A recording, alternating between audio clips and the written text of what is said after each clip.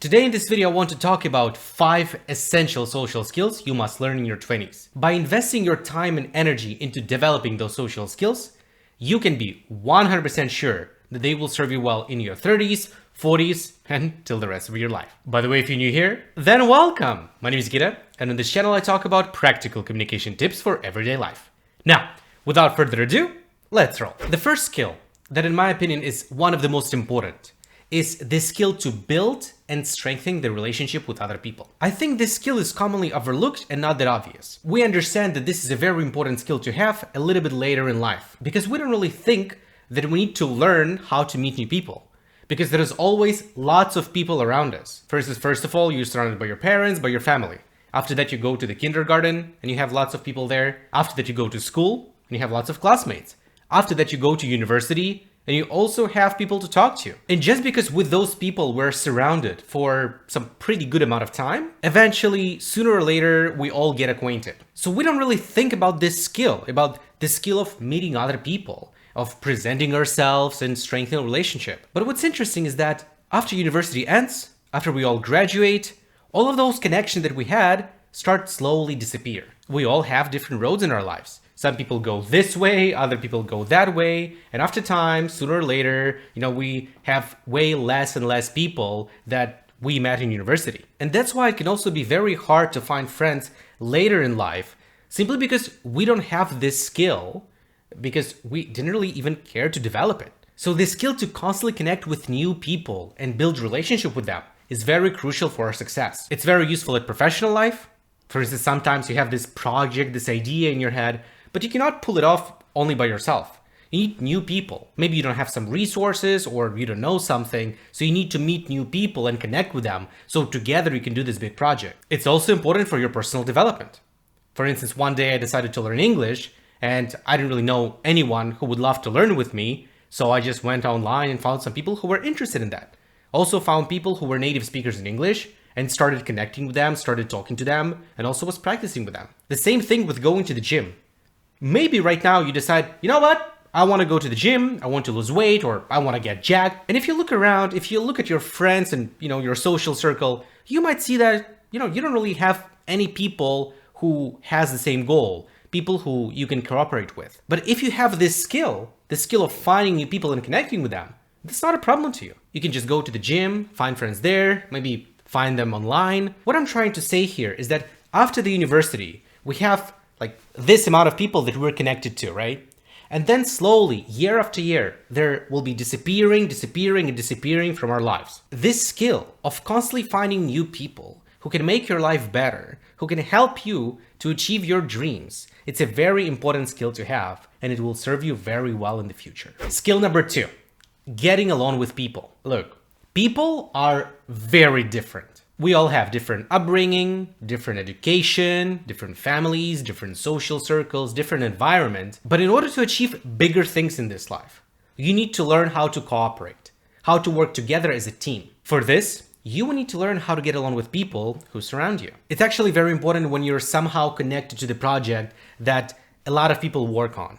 For instance, if we're talking about gaming studios, programmers, designers, testers, all of those people have to work together in order to create this piece of art. Look, it's Twyla. Let's go see what she's up to. And I'm pretty sure a lot of them have different political views, different religious views, different views on the country and what's the right trajectory for it, right? And if you will start discussing those things, it's a very, very high chance that conversation will become very, very heated right away, and those people will just basically hate each other. But in order to work together as a team, you need to be able to get along with others. And it's also very important in all of the areas of our lives. You need to get along with people at work, but you also need to get along with people in personal life. Even friends that you have right now, people that you're talking to, they actually can be very, very different in lots of other areas. But it just happens actually that you're not talking about those things. And that's why it feels like you're getting along. From my experience, what I noticed is that when I meet the person, I start to get to know this person better. And I'm trying to find something similar that we have, something that, we can build connection on this thing. And then after some time, after we start talking, I get to, I explore other areas of this person's life. His or her values, beliefs, goals, things like that. And what I notice is that with some people, we have different values and things like that, right? We can connect on one level, right? So for instance, this level. But if I go closer, it's really uncomfortable for me, because I understand that we're different in other aspects of our lives. But if we're not really talking that much, if we're not really spending that much time together, and if we're talking about something like only one topic, it's pretty easy to get along. You want to build your interactions with them that you're not quarreling on some unimportant stuff, and you're focused only on things that you have together in common, and your communication is collaborative. And if there are other things where you're disagreeing with each other, but it's not really important, then just don't talk about it. Skill number 3, presenting your ideas. And I'm pretty sure when I said that, hey, this is very important to know how to present your ideas, you probably thought that I'm talking about stuff like Shark Tank or making those fancy PowerPoint presentations. And you're probably thinking, oh, I don't need that. But presenting your ideas is way more than that. It's about influencing people.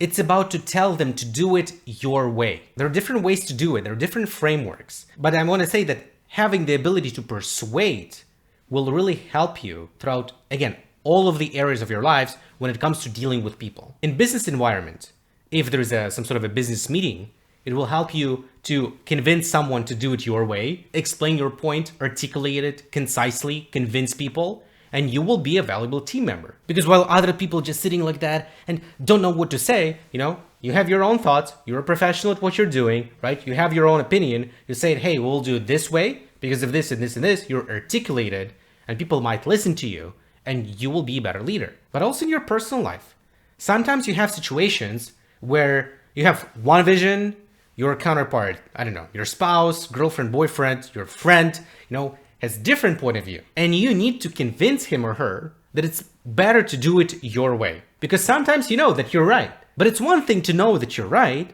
and it's another thing to have this skill to convince others that you're right. If you learn this skill to convince others, articulate your ideas, it will serve you in your life very well. Skill number 4, giving and taking feedback. As humans, when we start doing something, no matter what it is, we all go through the same cycle.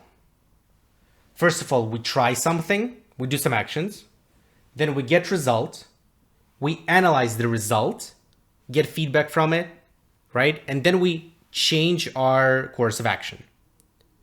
If we do something that is wrong and we don't get feedback, we don't correct our decisions, right? We do the same thing over and over and over again. That's the definition of insanity. Did I ever tell you the definition of insanity? We constantly need to give feedback to others and also to listen to the feedback and make ourselves better in order to function in this world. And the quicker you are in providing and implementing this feedback, the quicker you will change your course of action and the quicker you will move forward. And we all know that it's very important to give feedback properly, to give constructive criticism, right? So the person will actually learn something from our interaction. But another thing that we have to learn is how to take feedback. And I want to tell here a story that happened with me and my friend, something around 1 month ago. So I work as a YouTube coach. So what I do is that I review YouTube channels, give people feedback, how to make their channels better so they can get more views, more subscribers, etc.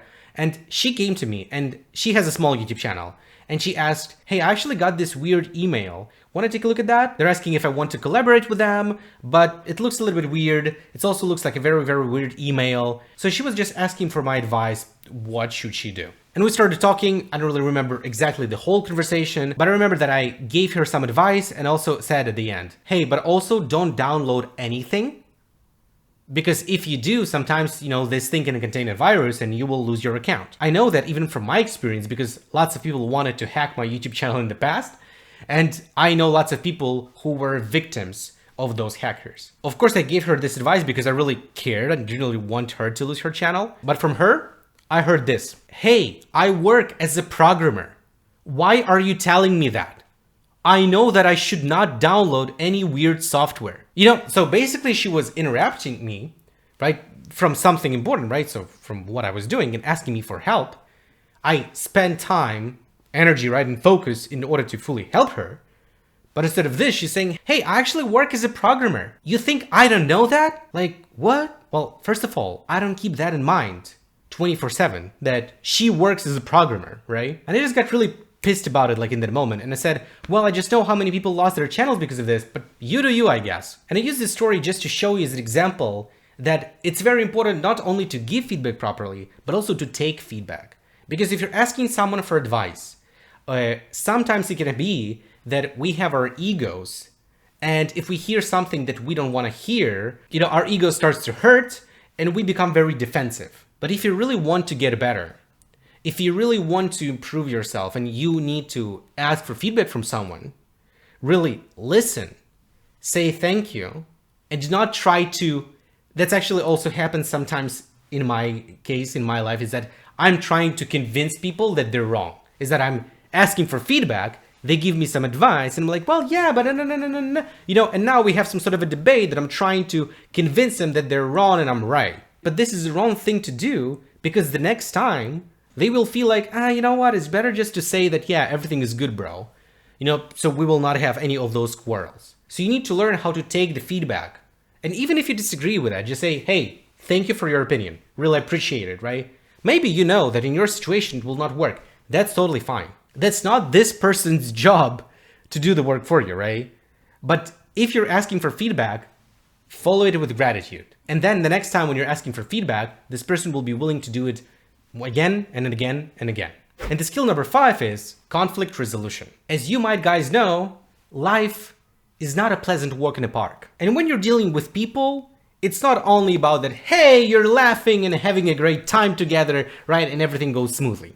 No, sometimes when you're interacting with people, you will have to deal with shit. With your clients, with your boss, with your colleagues, with your friends, with your boyfriend, girlfriend, spouse, whatever, with your kids maybe, right?